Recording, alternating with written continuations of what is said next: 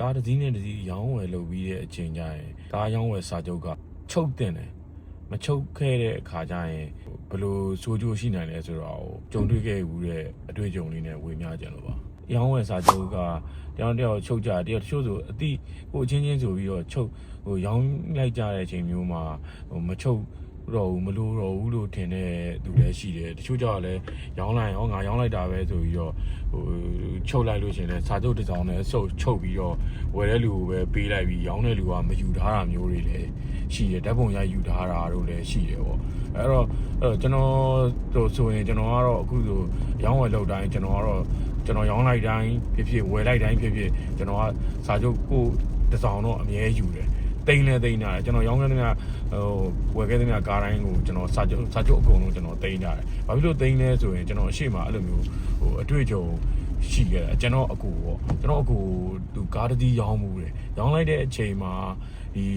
စာချုပ်ကိုသူကချုပ်ထားခဲ့တယ်ချုပ်ပြီးတော့စာချုပ်တိန်ထားလိုက်တယ်ပေါ့အဲ့ကားကိုသူရောင်းလိုက်တဲ့ဟာနည်းနည်းကြာလာတဲ့ဟာပေါ့နည်းနည်းကြာဆိုတော်တော်ကြာတယ်ဗျ9နှစ်လောက်ကြာပြီးတော့မှပြဿနာတစ်ခုကြုံရတာအဲ့တော့အဲ့ဒီကားကအဲ့ရောင်းလိုက်ပြီးတော့ဝယ်သွားတယ်စာချုပ်ကိုသူကတိန်းထားတယ်နောက်လူကလည်းတဆင့်နဲ့အဲ့လိုမျိုးရောင်းကြတာတွေရှိတာပေါ့ရောင်းလိုက်တဲ့အချိန်မှာဒီဝီတက်ထဲမှာနာမည်ပေါက်ဖြစ်နေတာပေါ့ကိုကနာမည်ပေါက်ဖြစ်နေတဲ့အချိန်မှာဒီကားကိုနောက်ဆုံးလက်ဝယ်ကင်ထားတဲ့သူကရောင်းပြီးတော့နောက်ဆုံးလက်ကင်ထားတဲ့သူကအဲ့ဒီကားကိုဒူးစရိုက်မှုတစ်ခုလှုပ်လိုက်တာပေါ့လှုပ်လိုက်တဲ့အချိန်မှာဒူးစရိုက်မှုတစ်ခုလှုပ်ပြီးတော့ကားကိုထားပြီးပြေးတဲ့အဆင့်မျိုးကိုလှုပ်လိုက်တာပေါ့လှုပ်လိုက်တော့ဒီကားကြီးကကြံခဲ့တော့အဲ့ဒီလူက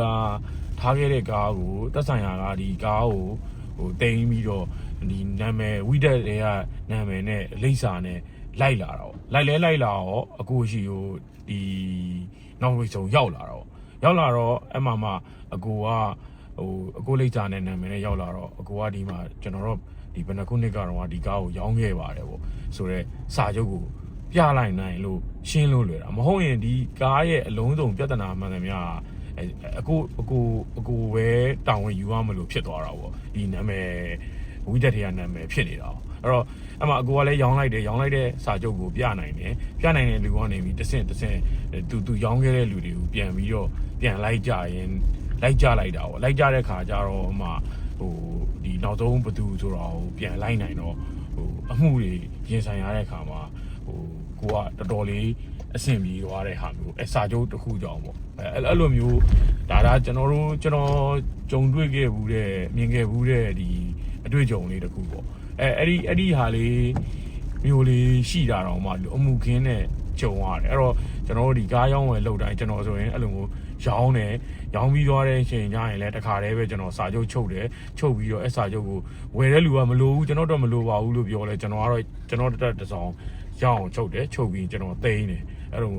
တခါတည်းအဲ့ဒါကိုကျွန်တော်မိခင်သေးတာတွေတောင်ထည့်ပြီးတော့ဒီစာချုပ်တွေအကုန်လုံးသိမ်းတာအဲ့လိုမျိုးပြဿနာတစ်ခုဖြစ်ရင်ဒီစာချုပ်စာတမ်းနဲ့ပြပြီးတော့ကျွန်တော်ရှိမှဒီကားကတော့ကျွန်တော်ရှိမှမရှိတော့တဲ့ကားဖြစ်ပါတယ်ဆိုတဲ့